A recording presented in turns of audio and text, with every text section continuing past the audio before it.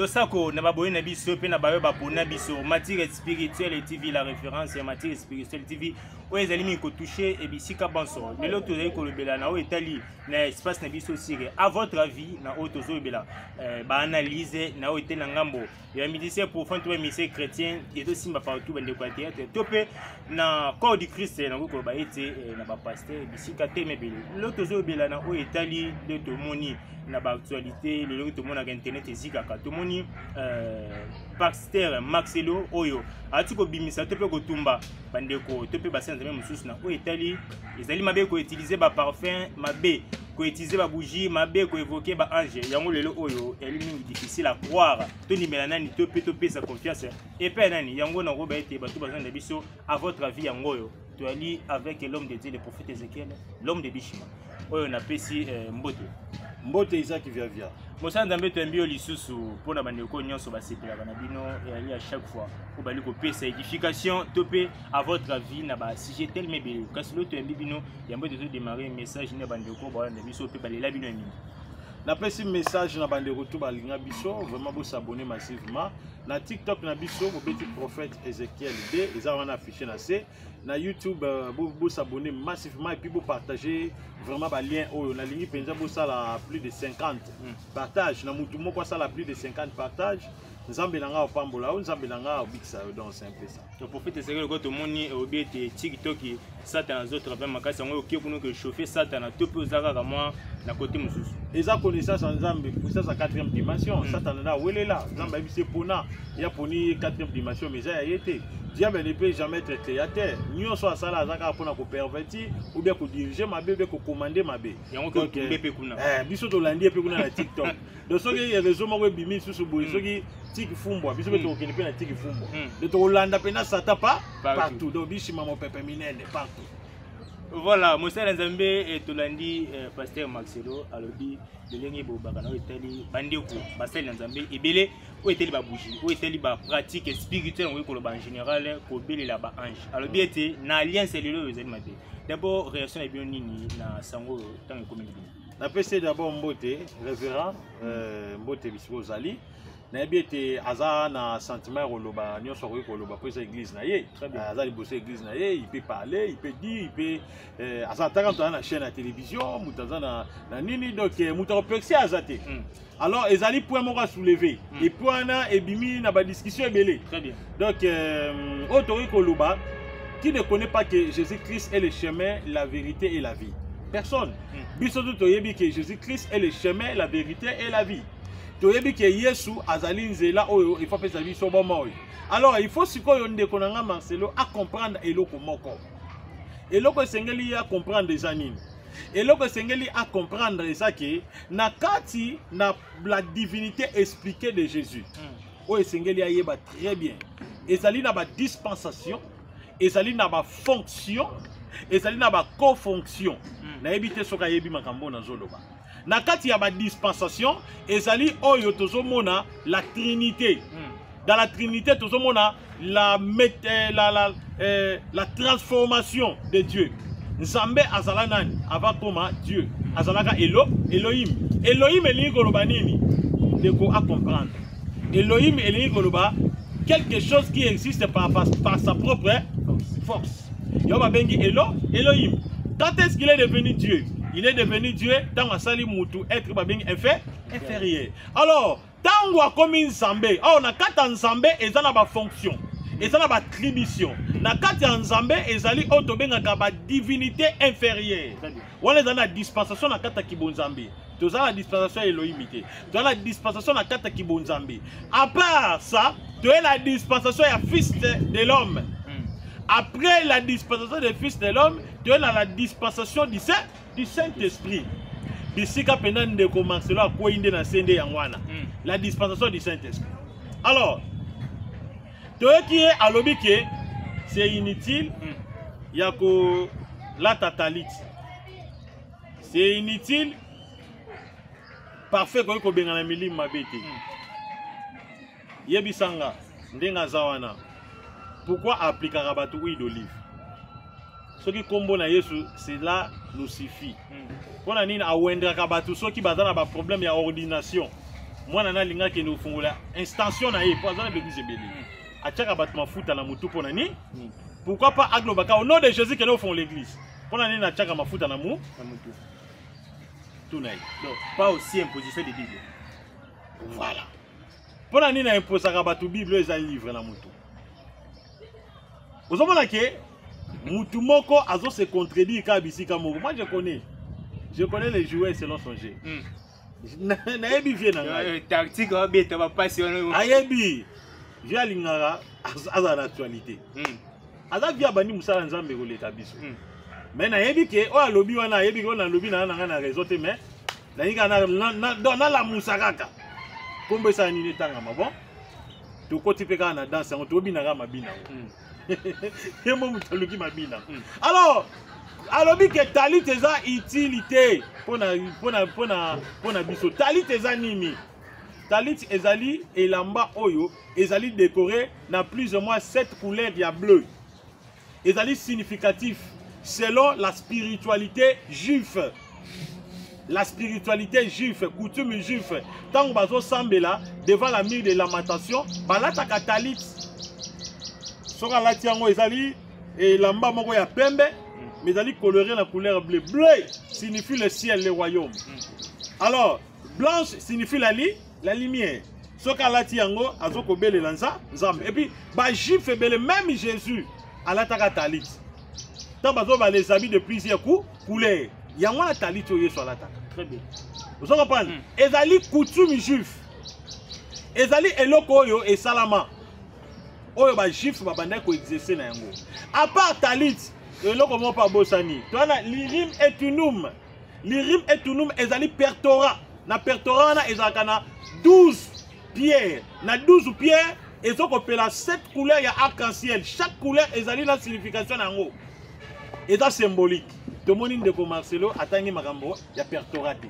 Alors que pertorate est inutile. Il y a une nouvelle alliance. Alors le problème mes amis, le problème il y a une nouvelle alliance des autres embrouillés bango. Ancienne alliance et la nouvelle alliance des autres embrouillés bango. Il faut bailler ba eloko moko. Tant bazoloba la nouvelle alliance. Qu'est-ce que la nouvelle alliance? Qu'est-ce que l'ancienne alliance?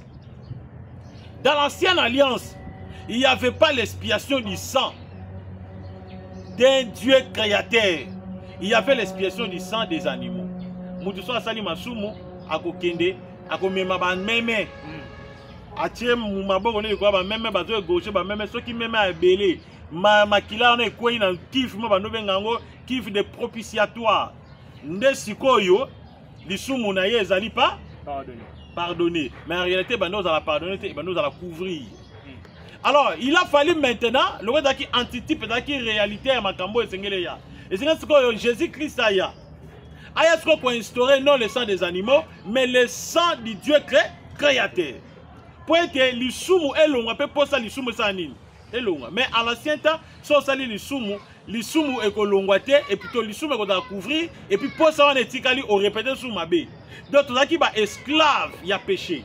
Et puis à l'époque là, Moutounion soka kufi abano ke na paradis. Oh la clé de paradis moutabane ko retenir en wezali Lucifer. Siko nzambe sengala kike aya nanu po aya ko libérer premièrement moutuna kata lisumu et puis ko boto la bateau yo bazala ki na captivité na kati ya paradis.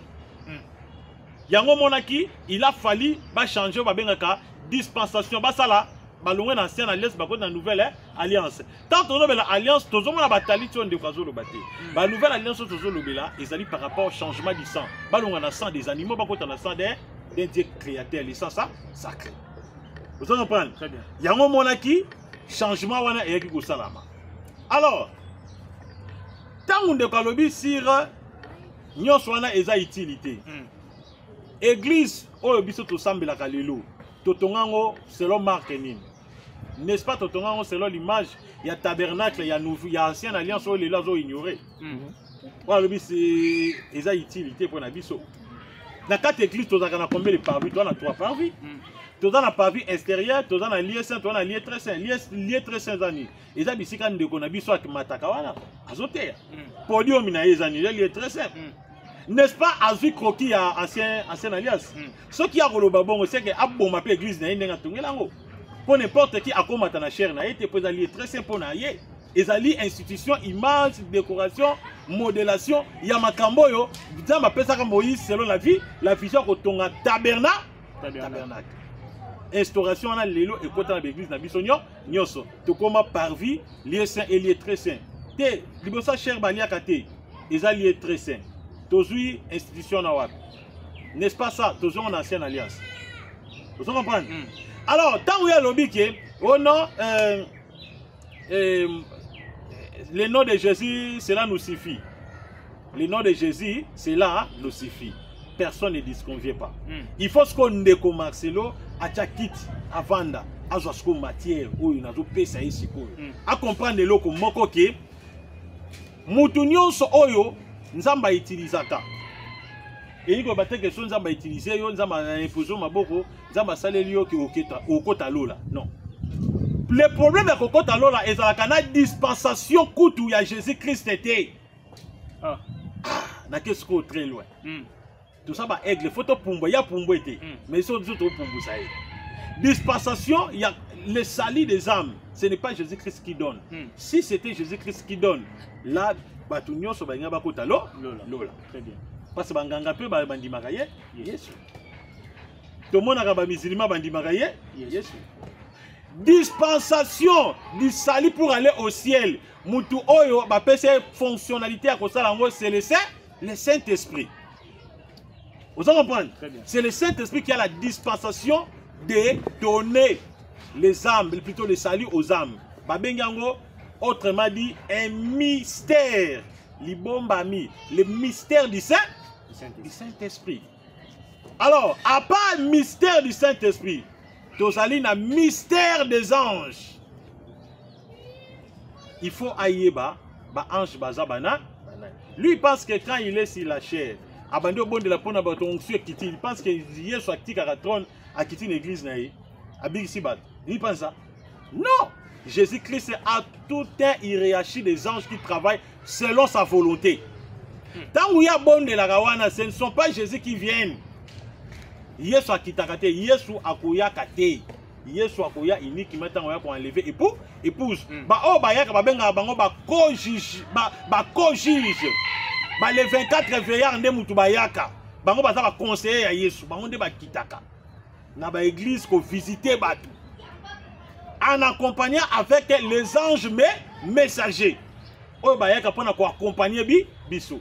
To mona mutu oyo ange oyo ayaka ko putana na Marie. Vous comprenez? Je vous salue Marie. Je vous salue Marie. Quand ndenge Marie andimi bongo base meko ekoti. Est-ce que ange on est avec Jésus-Christ? Donc ce ngo ba ke bato ba pesa ka ba prophétie de Jésus-Christ. Yokate na tunyo ange on est avec Jésus-Christ. Oh ya Marie, je vous salue Marie. Il sera qui nani? Gabriel. Mais comment est-ce que je vous salue Marie, Marianne Dimika salutation, Malamor a senti patra ine ningani. A que ça ça teste à c'est bon rondo. Ce que c'est miané où tu vois? Nana Mema qui s'est miané, c'était un messager, ce n'était pas Jésus qui était venu. C'était un messager, il a amené les messages de Jésus vers Marie. Babengango il réagit des anges. Peut-être les frères ne connaissent pas. Comment il réagit angélique. Ce qui a on ne peut pas invoquer les anges. Oui, on ne peut pas invoquer les anges. Pour lui, c'est un bébé spirituel. On doit invoquer les anges, mais on ne peut pas vénérer les anges. Très bien. Mais là, poto, vous comprenez, hein? Mikoua, ils sont yoté bien aimé. Sakana na ba bato sakana ba catholique. Soko ye na ba aigle ko kima. Vous comprenez? Tozongi. Vous comprenez? Alors on ne peut pas invoquer. Pendant la zone, on va partager la page. On ne peut pas invoquer les anges. On doit invoquer. Depuis la Bible était Bible. Tous les prophètes de l'Ancien Testament ont invoqué les anges. Mutuku Toa Kutaza inutile. Le papa ya Samson Manoach a invoqué un ange. A invoqué Métatron plus que Gabriel. Pourquoi pas Bisso? Okutoleki papa Salomon a onction na ora. Vous comprenez? A invoqué Aya, Zacharie, papa wa botanani Jean-Baptiste, a invoqué Gabriel. Vous comprenez? Il a fait l'invocation. Qu'est-ce que l'invocation? L'invocation, c'est quoi? C'est quoi? Commander. ayebisi alobi telema soki na ngina yeba ke yo pendo uti pa ya nzambe telema ti tango ngana ko sala offrande pe na ye na préparer offrande wana pona yo offrande wana ko mata sous forme ya parfum oyo ko une bonne odeur na mato na narine ya nzambe soki na moni yango ke offrande nge mati likolo nde na kondima ko zali mange ya nzambe Bible lobi ange penda telemi Manoa Shake akiko luka bibwele akiko luka bakoni asali hotel boum offrande bou et beta kake milingi mati bou ange seni alime n'est-ce pas ça il a commandé n'est-ce pas ça il a invoqué parce que le mot commandé vient du mot invoqué vous comprenez alors il y a le biquet dans la nouvelle alliance cela nous suffit dans la nouvelle alliance le mystère des anges a toujours accompagné les apôtres. Apôtre Pierre, dans Actes des Apôtres chapitre 12, dans le verset Bélété, mais Pierre dans la prison, rempli pour la tête, c'est que Mouto yo bozomo na elimete yo papa, mais la soupe yanga ingaye. Si kamiko amabata, oko buku tamuno, obukani. Vous comprenez? Pierre na kati ya prison, rempli du Saint-Esprit. Prenez attention que dans la dispensation de la divinité de Dieu, dans la dispensation là-dedans, il y a plusieurs fonctionnalités. Aux gens travailler et tant que Père, Fils, Saint-Esprit, Père a la fonctionnalité et puis a na détail naie, Fils a la fonctionnalité puis ba détail naie, Saint-Esprit a la fonctionnalité et puis ba détail naie. Pierre na kati ya prison rempli du Saint-Esprit en lui. Baptisé azwa yango kutu, yekuta azwa ya original na chambre haute. Parce que 120 personnes. Azwa bena ya fraîche, ya fraîche bena bango ba imposa maboko tende ba imposa ba tulelo. Ya bo bena uta likole pasola ba tole kota bango na minoko. Vous comprenez? Avant de dans la prison, Saint-Esprit a fongoli dans la prison, a libéré dans la prison. Vous comprenez? Très bien. Pierre a banni ko sambela, a banni ko invoquer ba ange. Il a commencé à chanter parce que ba ange bato ba créer ka ba atmosphère. Atmosphère nyonso ba créer kango, ba o ba créer ka atmosphère ce sont des anges. Ba ange no mona bango boye. Tant que yemba trop nde ba ange ba sala ni ba ange ba yaka na koye yemba po na monde angélique il y a plusieurs de chorales ya ba ange ya ba nika koyemba pe ko sa ko sambela tanga bani ko sambela na minute ya kotanga ange apoti na kati ya prison a libéré Pierre na Saint-Esprit tazaki na mutu na motema ya Pierre a libéré pourquoi Saint-Esprit na minute tazaki wana a libéré Pierre mais ange ne mutaye ko bimisa Pierre. Il respectait l'hiérarchie et puis la fonction de tout esprit divin. Vous comprenez? Très bien. Tout esprit divin. Il y a que tu exclus les anges, le mystère des anges, et donc tu checkes à Jésus et Jésus nous suffit. Oui, Jésus nous suffit, oui. Quand est-ce que Jésus nous suffit? Jésus nous suffit par rapport à la vérité. Mais par rapport à les salis, à comment Jésus était, à comment c'est Saint-Esprit. Mais par rapport à la défense physique, ce n'est pas Jésus qui va agir, c'est l'hiérarchie. Le monde angélique qui vont travailler. Leur ministère était toujours influencé par des anges. Vous comprenez? Très bien. Alors, dans la nouvelle alliance, on n'a pas besoin de cérémonies, de formules, tout. Il y a Oye, à même nouvelle alliance, Jésus-Christ y est meilleur. A bêta formule pour faire l'aveugle et à botama aveugle. A kende otanga, Jean chapitre 9, Zoa, Bokabolane église na bino. Kendo tanga wana Yesu ye moko le créateur akutana na muta botama aveugle. Batuni papa mais muto yo. Abotami aveugle. Est-ce que papa na sumuka, maman na suma pas à l'aveugle habité. Et ça peut être combo ya Nzambe sa nini?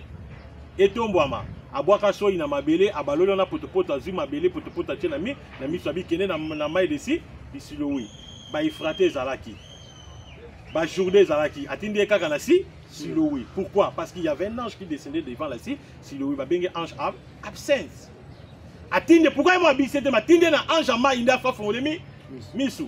N'est-ce pas ça nouvelle alliance? Et on a une nouvelle alliance, c'est une nouvelle alliance. Pourquoi ba mema qui faut formule. Vous comprenez? Ouais.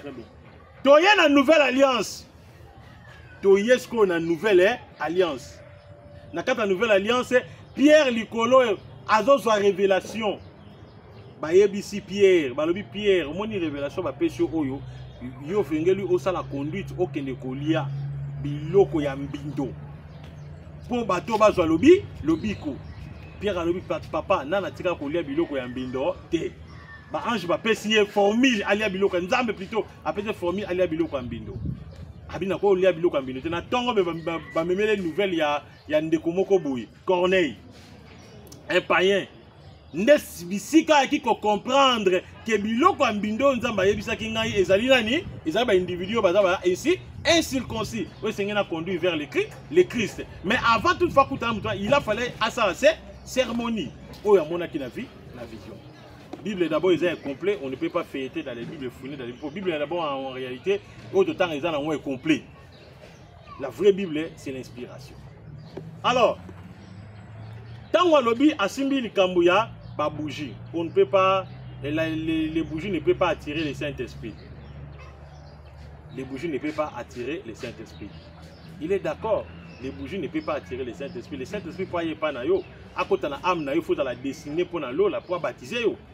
On est dans un ils a problème mais la façon où il a parlé, dans le sens que la bougie ne peut pas attirer le Saint-Esprit, c'est dans le sens que donc bougie, bateau à celle bougie, ce sont des sorciers, donc directement attaquer les catholiques. Vous comprenez? Mais or Yemoko andimakasi le mystère des bougies.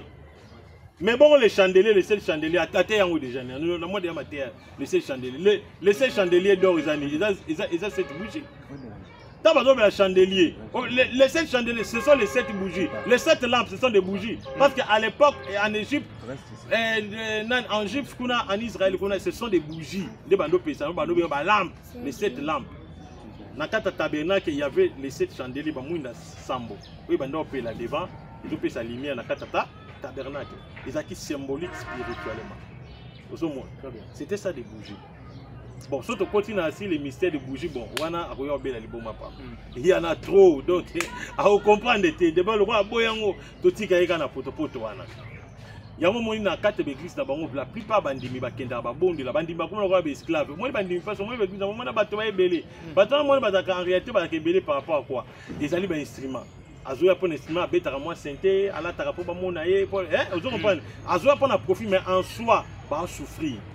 La plupart bandimi ya ba église ndeti ba commission ba église minene bon ndé ba benga pour église minene ezate église minene eza mutu aza na commission.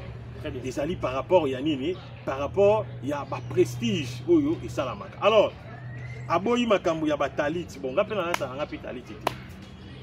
Na lata ngote même ko na kuta na ona lati na ngai. Nga na lata na ngate. Ndako na luka kuto pertora ya 12 pierre, fona tambola na ngo za tamunene. Ida balata ona libumu. Vous comprenez? Alors, col pastoral oyo ya lata kana pamba. Et comment la nouvelle alliance wa? Na la lata pierre dia lata col pastoral. Si pas wana azanga col pastoral, tu as tous les faits ça là ta col pastoral. Ya bon rapembe, yebisa ya longola pe. Dans la zone que aba lukaka yemoko confusion. Allons la col pastoral, yé comment m'appelle wa? Ouais. Ça s'écrit où que pasteur fallait ta col pastoral de ka passer. Comment ma? Aux hommes à côté moi zo baluka. Donc yemoko azo baluka. Donc la chose qui vient à linga toujours ce ka ko imo muke azo yo kanate a bouger batubu. C'est que c'est matin, on les connaît. Dans la lobby penda avec amour, la lobby avec amour, dans le sens que yemoko aliga la musa débat et ça il peut qui top, tout l'amour qui peut manquer, tout biso fait obi na ka danser ya zobi ni sabi, biso. Donc en réalité, il faut pas comprendre que nyo so à lobby na eloko te à se contredire ka yemoko. Vous comprenez? Parce que Jésus-Christ est oye azoko sambela. Azakutu nzambe na biso te autaki na Égypte na Israël bakolo nzambe balata akutu taliti bangwana bakolo mutu Jésus-Christ ana aki ko aimer biso parce que bango mo babwaki nde muta memi Jésus yango na kati na biso ezali Pierre na Paul nde mutu bandima bate ya ba nation po inscription boya boko mema biloko ya bana et pas nani bayimbo ate bango to bamoni ke persécution eleki nde babite lokwa bino boy toke te ba incirconcis nde ba côté ya biso ba nation azaki kutunza mais biso tout ba continuer plutôt ba nation tonga to kende en fait osomona bango bakolo Jésus balata bataliti wana siko ya koloba ya leki ba juif na spiritualité bango tokende tozonga barbe tala ye na barbe omoni barbe wana omona asili moko ya pembe obisi na pembe zani emblème franc-maçonnique mutu nyonso aza na degré levé akomi na maturité na kata franc-maçonnique batiaka ye signe ya pembe akataka mandefu nyonso atikala ko kovovo totala soki akokata soki église esila te les esprits saints les esprits saints les esprits du ordre mondial, les esprits saints orientés du ordre mondial, toyebi, eza moko ya branche ya magie blanche, toyebi, magie wana bate ya kasa, sanctification, emblème na bango bazalaka na signe a, tala bango la plupart ba prophète moko tout tient indicité, ye pe pas muta ba français, avant tout mukie bonini, azalaka na bango a, vous en comprenez, wana basala ka ironie apamba ba miyebi. Donc c'est un peu ça. Voilà, tokomi penza na suka ya bilile moko. Oui, parfait. Mosala nzambe tozoko ba wana kasi yambo nyonso tomoni lelo o mosala nzambe ndenge bozolo bela ezala kola bolobi ete à chaque moto nzambe atindi phase na ange. Alors comment bayo bazo se présenter liboso ya bana nzambe liboso ya bato ba ete nzambe atindi bango. Lolenge boni bazo boya mystère ya ba ange. Aussi longtemps dalisi biso na Biblia ya lolenge bato nyonso batena nzambe batamboka na bange. Lolenge nini ya biso ya kilelo oyo bazo ba isika ya bange. Moïse écoute moko atambola na ange. Dieu a dit j'enverrai mon ange devant toi. Moïse un grand prophète, les plus grands prophètes du temps, c'était Moïse atambola na ange, l'ange l'a accompagné. Vous comprenez? Alors ce moni pasteur a dit que ange toko tambola na ange te.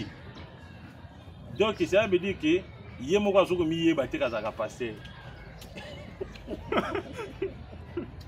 Yé moko azoko miye baté. Vous comprenez? Parce qu'il y a l'hiérarchie des anges. Tant que les anges basés belé, oyo batambolaka.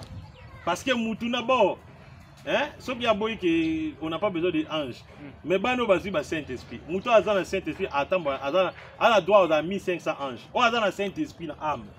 Faut azan 1500. Ouais bah si lo la té. Té basé belé 1500. Hein? Tasko niveau ya ndeko na biso ya limité. Tala niveau ya ki bébé. Moi, non, abotami kuta na Saint-Esprit, abotami na famille Kindoki. On a droit à 4 anges, 2 à gauche, 2 à droite. Autant qu'on a Saint-Esprit, mais abotami, on a 4 anges. Ange moko pona ataka pona bandoto. Ko protéger na bandoto so ke bunda bangiba bomayo, ozo kimo kima mire comme na somba katombele, ya tombolo ke Jésus. Olamuki be mutalongo les anges babenga ka ange extracorporel, ange bandoto. Quand on a Saint-Esprit, on met la coupe masanga ya makasi mutaba boîte. Ba pesa déjà ange. Nzamba pesa déjà. Talaka compassion ya Yesu. Vous comprenez? Si vous yo pasteur bela ki mukolo za na ngo lobi que on n'a pas besoin des anges. Mais tu es malade. Tant que lobi qu'on n'a pas besoin des anges, mais tu es malade. Yo za na posa ba ange te sko mokilongo oye bango ndeni. Otambola ndeni. Obika ndeni. Pour Saint-Esprit mission na ye ezabni. Il faut que bataille baké disparaisse. Votre premier année, c'est la divinité. Si vous accompagnez la divinité, il y a un débat banal. Le problème est que Saint-Esprit, ndenga zawana mission na ezaki amemoti na lo. Il y a une mission à protéger yote. Amemoti na lo la. Azoko empêcher les sumu et vendre na kati na yo. So sali les sumu yoki culpabilité. Culpabilité o mutayo kakawana ezakane Saint-Esprit. Abi ko sali mabe, il faut repentir. Yango mona biso ba chrétien so sumu ko culpabilité, ça Saint-Esprit. Mission est ngwana. Mais néanmoins, ange azo protéger kaka yo na taza les sumu asaka wana. Mais Saint-Esprit ko yoka pas parce que ange ko yoka pas si te. Wana za mission na été. Mission les abatela yo, bandoki ba beto masasa kindoki te, ba beto mbasu te, okufa te, yango mona ba pasteur msomo na kota ane boati, akota ane ba vie en luyenge, mais asa bien protégé, bien blindé. Pourquoi? Parce que asa na ba ange protecteur. Mais Saint-Esprit, Azana Ponako, Koebiso, Sumo au Salaki na boîte, Zamabe, ou c'est donc le Saint-Esprit est là uniquement pour le salut des âmes. Mais les anges sont là uniquement pour la protection physique et la protection de tous les 7 corps miniatures. Est-ce qu'il y a 7 corps miniatures? Tout n'a pas bien. Mais je sais que côté parfait, Azama a raison pour le bébé en été. Ah, Wanagout Ake Musika, à le parfait. parfum ne peut pas chasser les démons. Donc, ça a délivré peu battu c'est bon, on va le bailler. Alors, le parfum ne peut pas chasser les démons. Je te dis que Aza bébé Azo Balukaka na potopoto. Elle va raser Azo Sara na potopoto na. Vous comprenez? Tant qu'on dit que parfum ne peut pas guérir, donc c'est que tu es en train d'insulter les apôtres. Apôtre Babando Bengana Kutu Mili Mabe na pochette. Il y a que musika na parfum. Mais apôtre Bando na nouvelle alliance. Oh yazo kumisa. Bazui ba pochette ba bondeli pona ngo. Bazo na ko kabola ba pochette, ba pesa famille na famille. So zika pochette ba bondela ki ocheka mutabi abiki. Parfait kututé pochette. Bon. Atika parfum finga kasi apôtre Pierre yo leki na makasi na nguya, o leki pe na batu.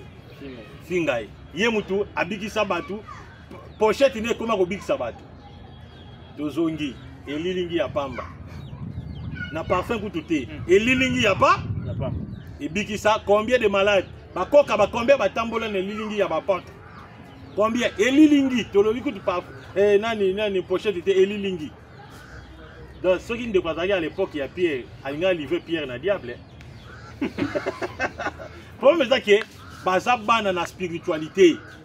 Vous comprenez? Ou bien ba yebi makambo ba sala ironique ba bima bango mo ba santo pour ba gagner compassion ya bato. C'est ça le problème. C'est ça le problème. Tala mutu nyonso oyo azana onction ya Nzambe. Mutu nyonso Nzamba tinda. Même so ina ya pamba. Eko bikisa mutu azobela. Mutu nyonso azana onction ya Nzambe même solo nzoto na yeso mutayo kyangwa biki. Mutu nyonso aza na vision ensemble misu na ya pamba sobo tutani misu na biso talani obiki yesu akutana na fu de Gadara aloba ku de longo te misu ka ya pamba tala ye fu de Gadara abiki mais ya zo la biso ba parfum soki na zui parfum na bondeli pona ngo na activer yango na pesio au propos ozui lobiko tu as reçu la guérison. Où est le péché? Est-ce que tu iras en enfer? Non, parce que je ne suis pas le premier à faire yemo ko tu yesu asa asalango. So ya pamba oli aloba nganzambe bika abikisa mutu na so asangisi na mabe ye utakenda plus loin asangisi na mabele akesu plus loin asangisi na mai pas n'importe quel mai mais si le problème le bango zanini ba yebi domaine ya le secret ya ba ange ndete bato basalaka ba métaphysique ou bien ba transformation ya ba makambo wana nyoso ya spiritualité ezali mystère des anges bango ba travaillaka na métamorphose baza ko ba caméléon ba travaillaka bongo ba chantaka balinga te baza lelo moyo ko ma idole lelo akobikisa bato na mai lobi abikisa bato na mabele lobi abikisa bato na nzete lobi donc c'est ça vous comprenez. Ce qui a lobby que on ne met jamais la foi dans les parfums. Oui, là on est d'accord. Toko cha foi na parfum te, toko cha foi na poudre te. Mais ce qui parfum poudre et simba mana mo pakola mi Nzambe, apesi yo, ozana kondima na Yesu appliquant obi, ce n'est pas un péché. Après ça biso verset au Bible condamné beaucoup appliquer parfum te mutabi que soit biso verset wana ngapi na kati Bible. Après ça biso kati verset. Boy bisa après ça biso verset. Vraiment. Et puis allons la col pastoral. Le gars boy ba talit bon nga muta talit te. Boy bisa allons la col pastoral pe eza système juif. Ba juif pe balata yango. Au moins so mutu akoli makasi na spiritualité kuna na juif balata bango ba biloko wana col pastoral. Bon yé pas longola ngala tango pe biso te kasi. Pour yango pe eza plus que talit. Vous comprenez? Et puis akata mandef. Pourtant dit maké azo se faire partie na club yaba franc-maçon te. Akata mandef ici. Tokomi penza na suka vraiment mosako la pesi penza mingi lumière quand c'est le ko pezo tungisa mabote ya Nzambe ebele vraiment mosia Nzambe. Pourquoi lelo oyo mutu azo se pela comme prophète? Mutu bien prophète ou les évangélistes. Au moment était mutu za évangéliste c'était comme apôtre. Comment mutu moko rolinga simba ba msusu to monde lelo ba ka prophète c'était mais on ko pesa prophétie ba msusu ba ba apôtre évangéliste. Pourquoi mutu do fan na domaine? Qu'est-ce qui se passe en fait? Problème est ça que ezali manque ya vision. Tu peux pas s'embon. Manque bon, mutu na manque ya vision na vision te. Akoma na loko sambon. Elo ngola mwana nga mo wazala na makambo Nzambe. Azoza formation. Tout un bon matin la mutu te pele na beta bona na kisenzi nini yongo. Na nini na mbudi. Vision za nini? Oh les mystères des songes.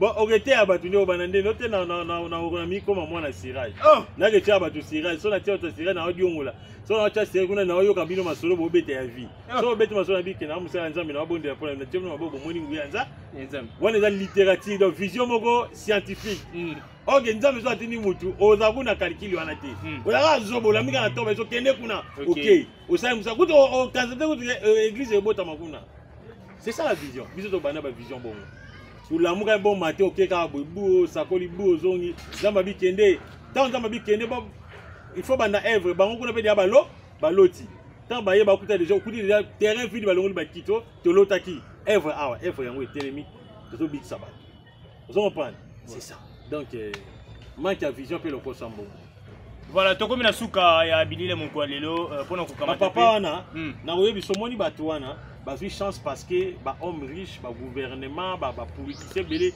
ba yaka na l'église na bango ba pesti bango ba mbongo belé soutien belé ndenge omoni ba komi na ba mbongo wana et puis marketing ba page booster à Facebook ba page tout po bango ba na makasi na ba réseaux sociaux ndo moni baza na bato wana vous comprenez mais biso pe kufelité malembe pe tozoya omoni biso soki tozwi mbongo nzamba pesi bango tokomi nango bato wana bawando ya ozwa cours epa na biso jésus devant Dieu po baza na eloko te na spiritualité vous comprenez baza na eloko te na spiritualité babana mais tozolanda bango malembe po bango bakoma pe bakolo bakende biso to ba jeune to abana tozwa malembe pe tokoya na place bambongo bana nango tokoleka pe bango tokosala pe musala tokoya soko bania bango basumbaki biso tokokundango topesa vraie lumière ya spiritualité yango moni ba chrétien bele bakoma oluka banganga soki kai komi grâce bayibi ya mutuka bayibi ya moto akeluka nganga mais pasteur na ye paolé moyen luka ye ezate kwaza mutu masolo